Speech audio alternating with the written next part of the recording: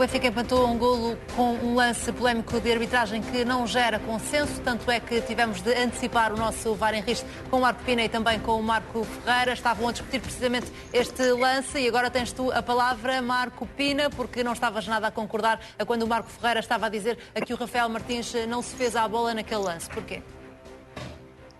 Bom, é assim, eu quero que fique bem explícito que eu aceito, como aceito qualquer outra opinião, do Marco Ferreira ou de outro justiça qualquer. Cada pessoa tem direito à sua opinião. O que eu não concordo, e não, nem se trata agora de explanar aquilo que diz as leis de jogo, porque segundo o que diz as leis de jogo, quer o Marco Ferreira, como disse há pouco, quer eu, concordamos com aquilo que são as premissas que a Lei 11 fora de jogo, para aquilo que é impacto, e ter impacto num atacante que está em fora de jogo posicional, tem que ser sancionado por esse fora de jogo posicional. O que eu estou aqui a pôr em causa é o facto próprio, concreto, objetivo do movimento do Rafael Martins, porque na minha ótica o Rafael Martins nunca se afasta da bola, aliás, faz o gesto com a cabeça de tentar jogar a bola.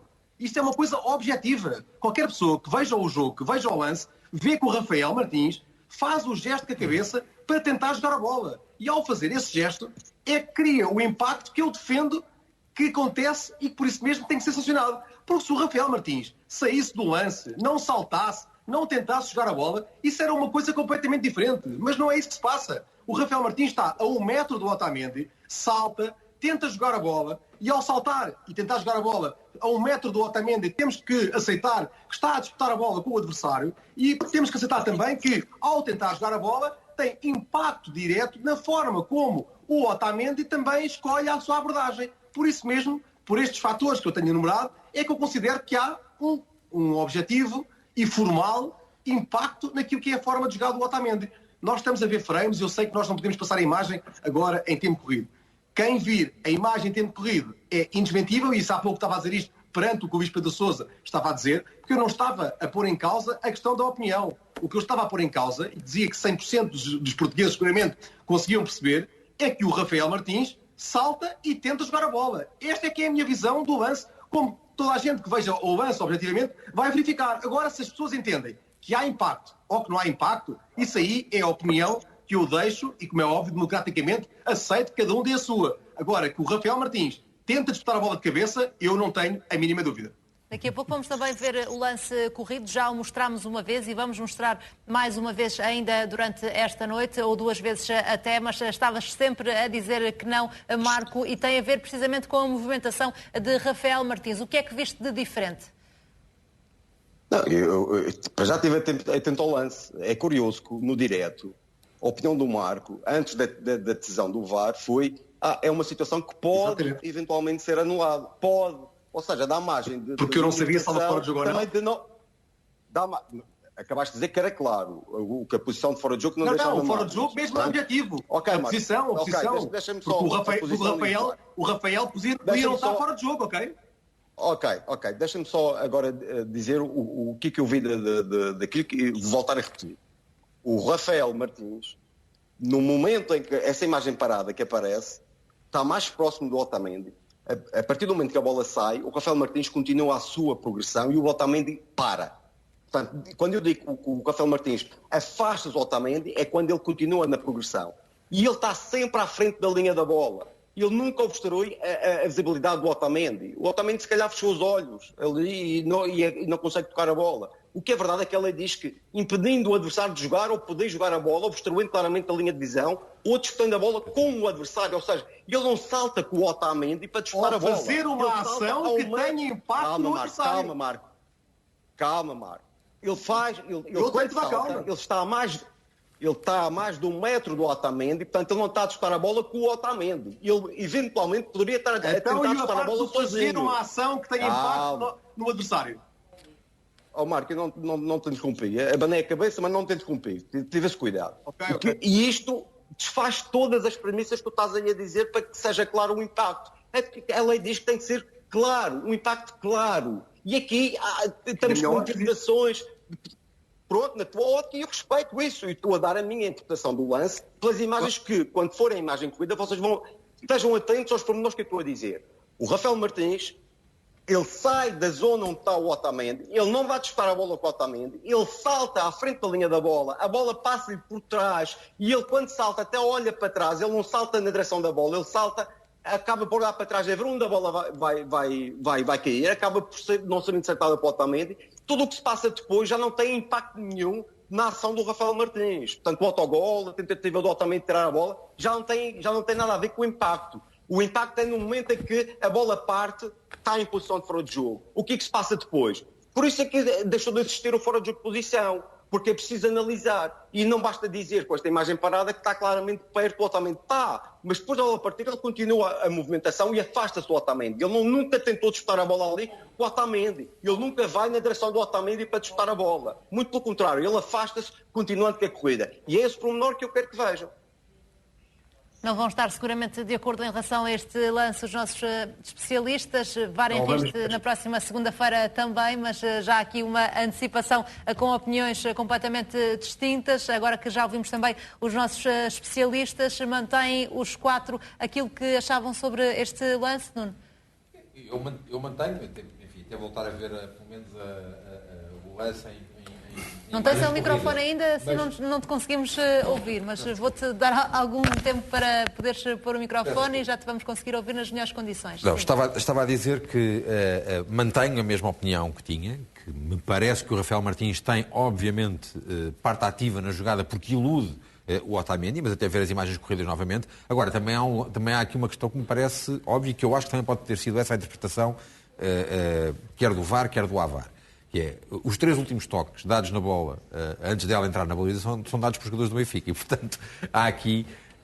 agora, que é o corte do Otamendi, Odisseias e depois Gilberto. Exatamente. E, portanto, admito que isso também possa ter tido alguma interferência na interpretação que é feita deste lance, dando aqui até um tom mais caricatural a esta coisa, mas parece-me, objetivamente, e sendo totalmente honesto, parece-me, objetivamente, que o Rafael Martins ilude o Otamendi e tenta jogar a bola, não disputa a bola com o Otamendi, é verdade, mas tenta jogar a bola e com isso tem impacto na ação que o Otamendi tem a seguir. Jorge, reveste mais na leitura que o Marco Ferreira fez deste lance. Há pouco estavas a dizer que achas que Otamendi não teria tido uma abordagem diferente naquele lance, apesar da movimentação do Rafael Martins. Porquê? A minha opinião, e apesar de ter sido guarda-redes, o Marco deve ter sido defesa central, certamente, ou algo assim ao ponta de lança, não faço. Tenho uma ideia. Lateral esquerdo. Então eras tu que estavas a cruzar então a bola. Portanto, depende da análise que a gente possa ter em relação ao lance. Para mim, na minha ótica, acho que o tal salto, o saltinho que Rafael Martins dá, não interfere rigorosamente na abordagem, na má abordagem que o Otamendi tem para o lance. Se virmos, o Otamendi toca até com a parte da nuca, acho eu, na bola que vai para trás e depois vai para o Gilberto. Portanto, eu acho que aqui há uma má abordagem do Otamendi em relação... Se eventualmente aquele movimento do Rafael Martins fosse para trás para disputar... Isso era outra coisa, se disputasse a bola com ele. Agora, não interfere. Nós, durante a transmissão, vimos que a bola percorreu completamente o seu trajeto normal, sem interferência, e acho que o Otamendi tem uma má abordagem, e depois, a partir dessa má abordagem, a sequência de ressaltos e de a bola entrar dentro da baliza, de uma forma lógica. Ora, para mim, é em termos de interpretação. Agora, se a lei diz que isto tem que interferir, tem que mexer, é uma coisa. Agora vamos andar aqui a discutir o sexo dos deuses, que um diz uma coisa, o outro diz outra, e não há algo bem definido para que, se calhar, neste tipo de lance, dissesse assim, está a fora de jogo, acabou, interfere ou não. Eu lembro-me de há 2 anos, e se calhar tu também te lembras, em Moreira de Cónegos, olha, em Moreira de Cónegos, se não me engano, o Saferovic também falhou o lance, foi para a bola, deu golo e foi tudo normal, se não me engano, há 2 anos, em Moreira de Cónegos. Portanto, andamos aqui numas interpretações de lances. Para mim, neste caso, há uma má abordagem. Mas também aceitava se fosse anulado, porque efetivamente estavam 2 jogadores em fora de jogo.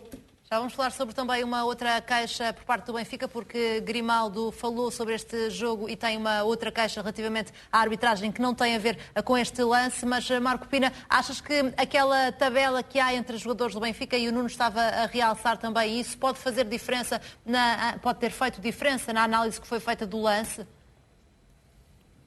Não deve fazer diferença, e não tem que fazer diferença, porque isso é uma situação subsequente. Percebo o que o Nuno está a dizer, mas é uma situação completamente subsequente, ou seja, é uma situação que acontece depois daquilo que é o impacto que eu acho que tem a ação do Rafael Martins no parte da abordagem do Otamendi, porque a seguir a esta situação, daí o impacto que eu acho que existe, O Otamendi joga a bola uma vez, depois joga o Gilberto, depois é que a bola entra na baliza, mas isso são situações que são subsequentes. O que temos que avaliar é no momento em que o Rafael Martins está em posição de fora de jogo, ou seja, fora de jogo posicional, se toma parte ativa ou não toma parte ativa no momento em que o Otamendi quer disputar a bola, tenta disputar a bola, mas tem um jogador na sua frente que, ao tentar jogar a bola, falha a bola e na sua ação condiciona e impacta a ação do Otamendi. E tudo o que acontece a seguir já não tem que ser validado pelo vídeo-árbitro, neste caso tem que ser interpretado, porque tudo o que vem a seguir não há qualquer irregularidade. A seguir este impacto que eu acho que existe, que eu penso que existe, tudo o resto está tudo legal, há um autogol e a partir daí não há nenhuma situação que tenha qualquer ferimento, passa a expressão, de ilegalidade. Nada como vermos também os lances corridos, por isso mesmo, antes de continuarmos esta discussão, vamos olhar para os principais momentos deste encontro entre o Benfica e o Moreirense. Vamos voltar a este tema, mas depois de ver também os principais momentos com o Nuno de Sousa Moreira. O Benfica voltou a perder pontos para o campeonato. Os encarnados empataram hoje a um golo em casa, diante do Moreirense.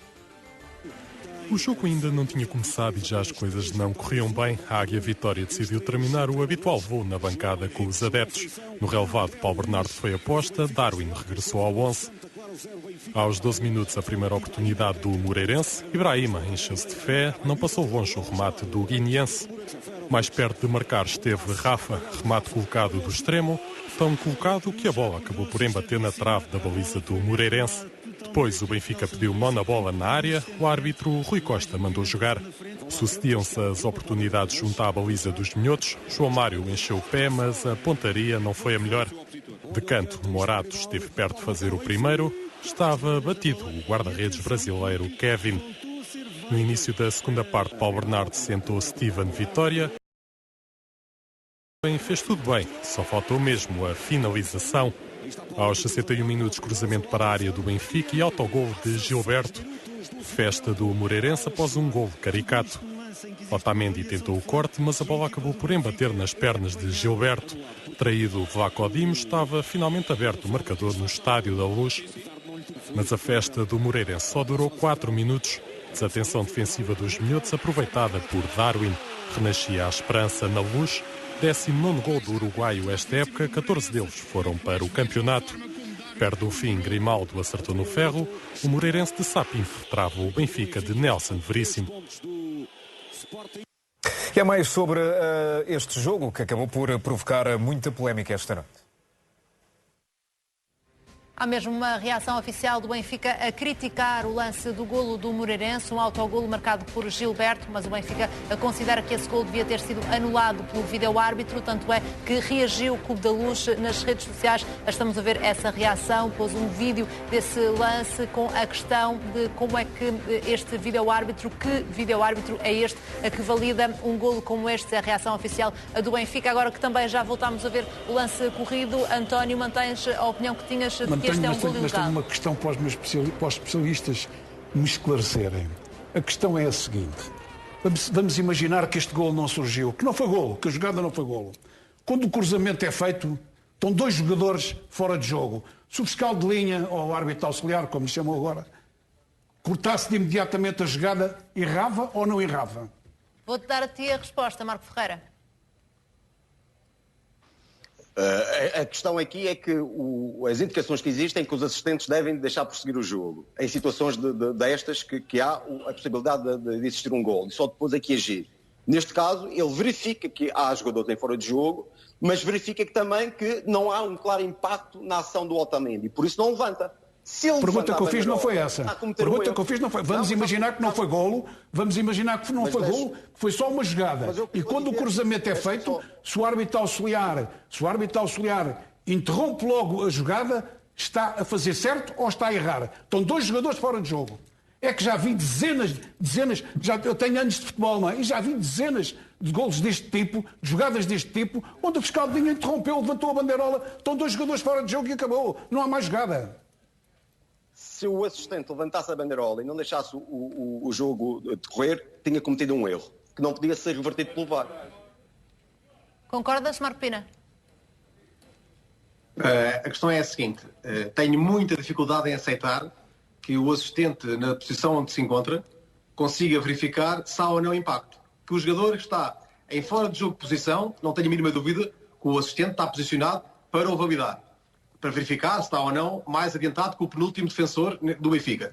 Agora, para verificar se há impacto, acho muito difícil que o assistente consiga ver se há ou não impacto, porque o assistente de onde está não consegue ver a distância que está o atacante do Otamendi, seguramente não consegue ver os movimentos de cabeça de ambos os jogadores, nem os saltos que se dão, porque as coisas acontecem todas em simultâneo e acho muito difícil para o assistente. Agora, o fora de jogo de posição consegue ver. O impacto que tem, acho que é muito Marco.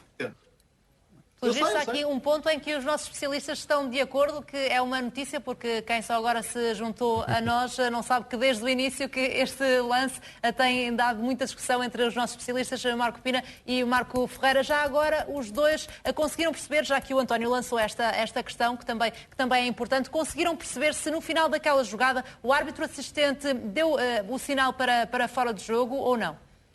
Não deu. Depois de deixar a jogada correr, houve essa indicação da parte da equipe de arbitragem ou não? Não houve. Não deu, eu estava no estádio e vi que não deu.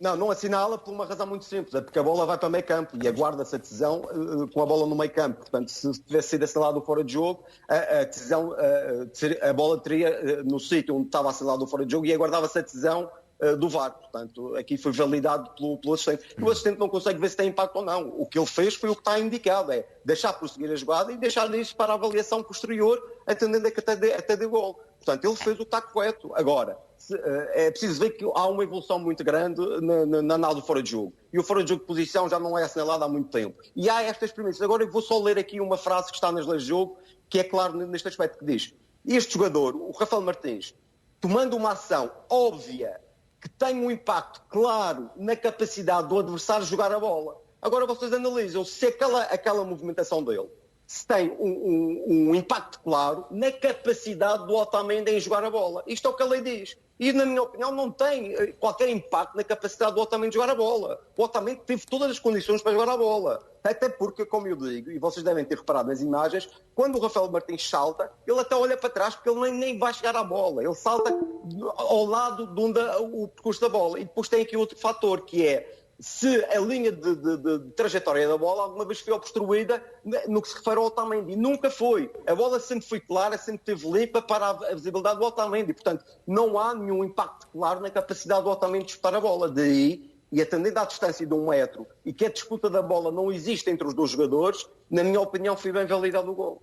Ainda vos vamos ouvir também sobre a questão do antijogo, porque há queixas da parte de Grimaldo, mas Luís Pedro, o nosso VAR Henrique, interrompeu-te há pouco precisamente por causa deste lance. Estavas na altura a falar sobre o facto de não haver unanimidade entre os especialistas e ficou aqui bem provado também, mas já agora, e agora que ouviste mesmo 2 especialistas, perguntava-te se mantens a visão que tinhas deste lance também. Para já eu admito que antes de vir para o programa li o que o Marco Ferreira vai escrever amanhã no Record, mas não é só o Marco Ferreira com uma interpretação diferente. Eu mantenho aquilo que disse na minha primeira intervenção. Para mim, o golo não pode ser validado. De qualquer forma, também admito que há argumentos contrários que são consistentes. Há argumentos contrários que fazem sentido. De qualquer forma, se eu tivesse de decidir, não validava o golo. Mariana, eu não sei se tu me permites, a pergunta do António Figueiredo é muito boa. Posso reformulá-la e torná-la um bocadinho mais objetiva? Se eu estiver a ser maçador, dizes que sim e falamos de outra coisa. Agora já começaste e tu podes fazer a... Sim, agora não te dei margem. Marco Ferreira e Marco Pina. Eu vou pegar um bocadinho naquilo que disse o António Figueiredo, mas dar, se me permitem, um exemplo mais consistente. A jogada é aquela, o Otamendi corta para canto.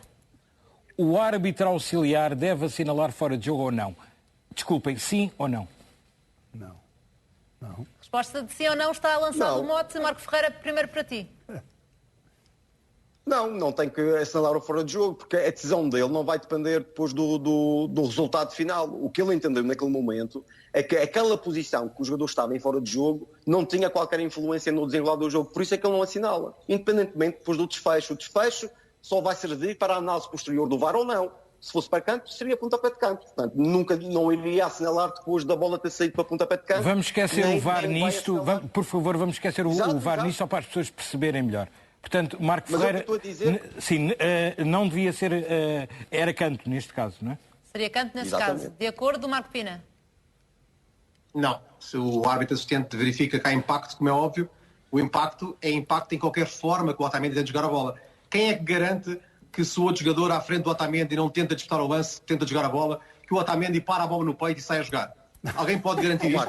O impacto é isto mesmo. O impacto é alguém que condiciona a ação do adversário em poder jogar a bola da forma como entende. E verifica-se perfeitamente que o impacto que existe vá a bola para canto, para pontapé de canto, para lançamento de linha lateral, para outra coisa qualquer. Quando há impacto, há impacto. O impacto é alterar a forma como o Otamendi podia jogar a bola. E isto é que é o impacto. Vamos lá ver também se estão de acordo numa outra questão. Eu sei que agora... Mariana, só realçar uma... Sim, rapidamente para avançarmos para a questão do antijogo. Pronto.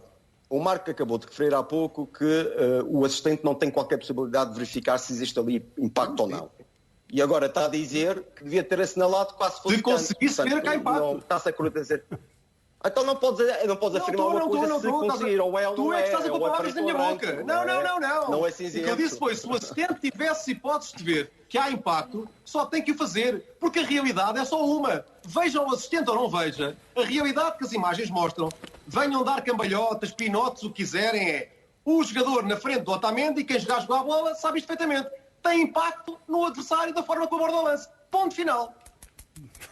Vamos avançar então agora para a questão da perda de tempo que os jogadores do Benfica consideram que houve da parte dos jogadores do Moreirense. Grimaldo, no fim do jogo, disse até que acha que os 6 minutos foram curtos da parte de Rui Costa e que não houve uma boa gestão nesse sentido. Houve ou não, Marco Ferreira?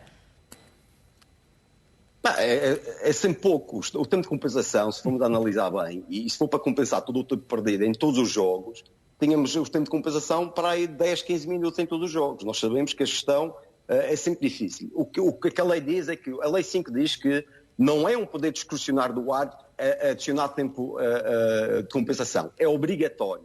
Agora, é um poder discricionário do árbitro qual é o tempo a atribuir. E aí a gestão tem que ser feita. Eu, na minha opinião, ele podia ter dado mais. Podia ter dado mais, pelo menos 2 minutos. Ele acaba por dar 7 minutos, mas se fosse aos 9... 6. Inicialmente... 6 é mais 2, foi 8.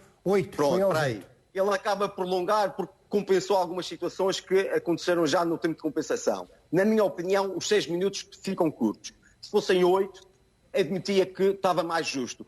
Mas isto é sempre a situação, porque se o Benfica marca não fala no tempo de compensação, mas os rivais iam falar do tempo de compensação, que tinha sido excessivo, que era até o Benfica marcar. Portanto, aqui estamos sempre na polémica, portanto, há que aceitar a decisão do árbitro e infelizmente tiveram 90 e muitos minutos, não conseguiram, não é por aí pelo tempo de compensação, na minha opinião. Aceitas esta decisão do árbitro, Marco Pina? Não aceito porque acho que os 6 minutos são curtos, efetivamente, e agora tenho que afirmar que estamos em concordância, quer eu que é o Marco Ferreira, porque com 6 alterações, 30 segundos para cada alteração de substituições, mais 3 assistências em campo, o que está recomendado é 1 minuto, pelo menos, para cada uma das assistências, já temos os 6 minutos. Tirando o facto das perdas de tempo com outros tipos de recomeços, às vezes, de jogo, como os livres, os amarelos, os lançamentos de linha lateral, por vezes demoram sempre mais tempo do que é expectável e que o árbitro tem que ter isso em consideração, com as advertências que faz, com a análise do vídeo-árbitro a algum lance que aconteceu também na segunda parte, tendo em conta as situações que ocorreram, acho que os 6 minutos ficam curtos. Por isso mesmo, penso que o que está aqui em causa era os 8 minutos, seria o tempo correto. O árbitro deu 6 minutos. Aquilo que Grimaldo diz também, António, é que a equipa adversária hoje não quis jogar no Estádio da Luz. Achas que tem razão nesse sentido? Quis fazer o jogo deles, obviamente. O Benfica não pode estar à espera que o Moreirense, com muito respeito porque tenho pelo Moreirense, que vá jogar com o Benfica, que vá jogar ao Dragão, que vá jogar ao Alvalade, taco a taco. É evidente que a equipe defendeu-se. Defendeu-se, na realidade, na minha opinião, e já tinha expressado aqui, é que na realidade o árbitro deu 6 minutos e 6 minutos foram praticamente gastos nas substituições. Já não vamos contar com o tempo que o guarda-redes empatou a bola e só levou o amarelo já pertinho do fim. quando devia pelo menos ter levado um aviso. Logo no princípio, o árbitro devia... Fez uma vez, fez duas, não voltes a fazer isso que levas o amarelo. Agora dá-lhe o amarelo no fim, depois dele ter tirado 4 ou 5 minutos ao jogo. Mas vamos lá ver, continuamos na mesma. Isto não são panaceias nem desculpas por uma exibição do Benfica que ficou muito aquém daquilo que a massa associativa e que os adeptos queriam. Portanto, agora, isto são factos, não são desculpas. Já agora, Grimaldo Jorge também falou sobre isso. Disse que contra uma equipa como o Moreirense, até disse que não queria faltar o respeito, mas que o Benfica tinha a obrigação de ganhar. Fez essa ressalva ainda antes de deixar a tal crítica sobre um suposto antijogo da parte do Moreirense. Achas que fez antijogo a equipa do Moreirense ou não? Acho que não. Acho que jogou com as armas que tem e que tem ao seu dispor e, portanto, e pô-las todas em campo. Uma equipa muito bem organizada defensivamente. Não jogou com 7, não teve nenhum jogador expulso, não foi uma equipa que jogou olhos nos olhos como se calhar algumas costumam ir, no caso do Braga, que jogou olhos nos olhos, jogou o ataque, jogou como uma equipa humilde, não é? E que se fechou bem, e o Benfica que tinha que ter a capacidade de ultrapassar esta equipa do Moreirense, porque tem valores individuais e coletivos superiores ao Moreirense. E tinha que o fazer. A polémica toda não é nem o tempo de descontos, nem o golo que foi anulado, que foi validado e que não devia ter sido, porque ninguém diz que ia marcar a seguir. Ninguém diz nada disso. Podia não marcar, não é? A polémica toda é que jogaram pouco. Jogaram pouco. O Benfica jogou com muito pouca intensidade. E o Grimaldo, especialmente, e vindo do Grimaldo, então, que no jogo com o Portimonense contra 10 fez um jogo fantástico, fez um gol fantástico, hoje praticamente andou escondido o jogo quase todo. Não teve rigorosamente nada, nenhuma ação em termos ofensivos. Não me lembro de um cruzamento assim, que tenha feito, não me lembro. Ou uma jogada só. Teve agora a parte final em que rematou quase à trave. Tem que ser analisado, é assim, foi uma má exibição. Foi um jogo em que não foi conseguido perante uma equipa que temos que dar mérito em termos defensivos, porque defendeu-se muito bem. Agora, estes últimos minutos, mas uma equipa como o Moreirense, apesar de pontos, para sobreviver, está a jogar num candidato que tem um investimento como tem. É de admirar que perca mais uns minutos. Então o Benfica, se for jogar agora contra o Ajax e estiver dependente de um resultado destes, acho que o deve fazer. E está lá o árbitro para gerir as coisas, para dar mais minutos. Era mais um minuto ou outro que vai justificar tudo isto que não fizeram durante o jogo. É legítima, como estava a dizer o Jorge, a forma de jogar do Moreirense hoje na Luz? É legítima. E como dizia, mais do que como dizia o Jorge, eu vou usar as palavras de António Figueiredo. Quer dizer, o Benfica, como o Sporting ou como o Porto, não podem esperar que uma equipa como a Moreirense, com os recursos que tem, venha jogar de forma diferente do que aquela que jogou. Portanto, o Moreirense socorreu-se das armas que tem. É evidente que em Portugal nós assistimos muitas vezes às equipas ditas mais pequenas, com menos recursos ou com recursos mais limitados, a usarem todos os expedientes, ou quase todos os expedientes que podem, para tentar queimar tempo e diminuir o tempo útil de jogo. Isso é normal, isso acontece em Portugal. Não estou com isso, não estou a dizer que é correto, estou a dizer que é recorrente e é corriqueiro, mas faz parte do jogo. Até porque depois compete às equipas de arbitragem e ao árbitro em particular compensar o tempo que for queimado. Agora, parece-me, no mínimo, bizarro ouvir o Benfica vir-se queixar disto, quando a questão que eu acho que se deve pôr é esta. Nós assistimos hoje, talvez, a um jogo entre os dois entre a diferença mais abissal de orçamentos da Primeira Liga Portuguesa. Eu estive a fazer umas contas rápidas, consultei o Transfermarkt e é assim. O plantel do Moreirense está avaliado em 16,95 milhões de euros. O plantel do Benfica está avaliado em 294,80 milhões de euros. Portanto, uma diferença destas, quem tem um valor de plantel destes, 294,80 milhões de euros, e joga contra uma equipa que tem um plantel avaliado em 16,25 milhões de euros, tem a obrigação de ganhar e de não se queixar. E se não ganhar, tem a obrigação de não se queixar. Porque é a obrigação de uma equipa como a do Benfica, que vale 294,80 milhões de euros, derrotar qualquer equipa que valha pelo menos metade. Passa essa diferença, o Benfica perde qualquer direito para se queixar ou não? Isto é uma teoria simplista. Se a gente resolvesse isto tudo pelo dinheiro, provavelmente o Benfica seria sempre campeão. Portanto, é o que tem o plantel mais valioso. Isto é uma teoria simplista. Realmente, vamos lá ver. O Benfica não é indiscutível que tem o melhor plantel, tem um plantel melhor do que o Moreirense e que tinha a obrigação de ganhar este jogo. É verdade, isso é verdade. Mas o que é um facto é que o futebol não é assim. O Sporting também tinha a obrigação de ganhar ao Santa Clara e não ganhou. Portanto, as coisas são o que são. E qual é o valor do plantel do Santa Clara e qual é o do Sporting? Fazer estas contas a dinheiro, a questão é que o Benfica não está a jogar bem.